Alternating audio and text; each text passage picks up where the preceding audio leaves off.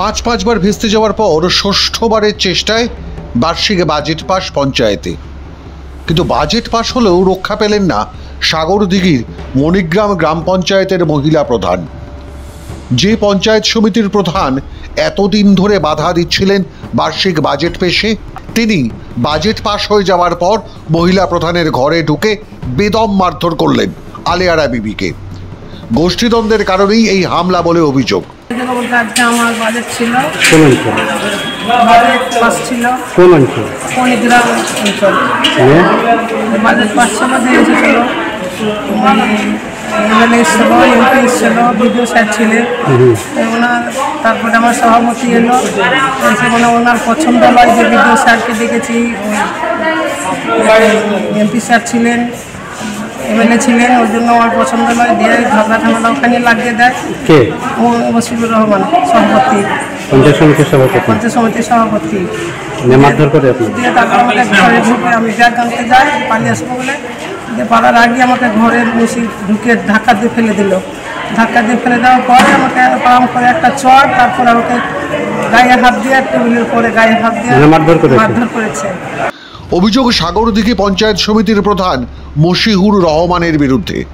দলীয় নেত্রীকে মারার আসরে মশিউরের সঙ্গে ছিলেন তার ডান হাত, এই পঞ্চায়েতেরই প্রাক্তন সদস্য উত্তম ঘোষ। এই মশিউর রহমান উত্তম ঘোষ যেমন তৃণমূল কংগ্রেসের, আর যিনি মার খেয়েছেন সে আলেয়ারা বিবিও তৃণমূল কংগ্রেসেরই, দুজনেই তৃণমূল।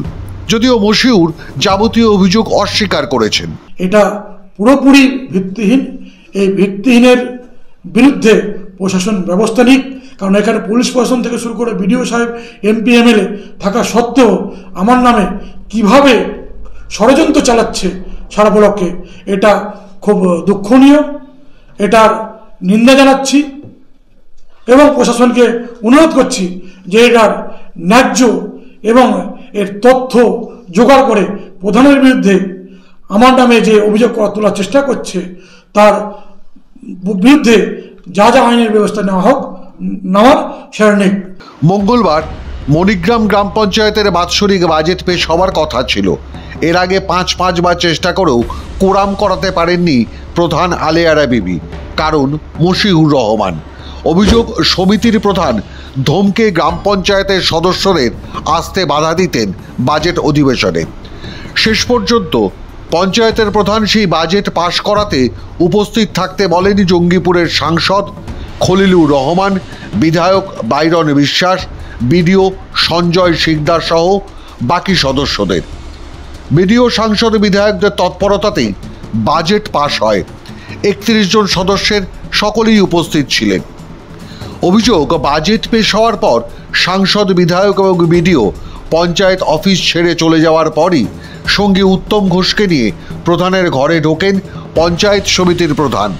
ঢুকেই সপাটে চড় মারেন পঞ্চায়েত প্রধানকে। তারপর তার অফিসের মধ্যেই টেবিলে ফেলে বেধড়ক মারধর করতে থাকেন।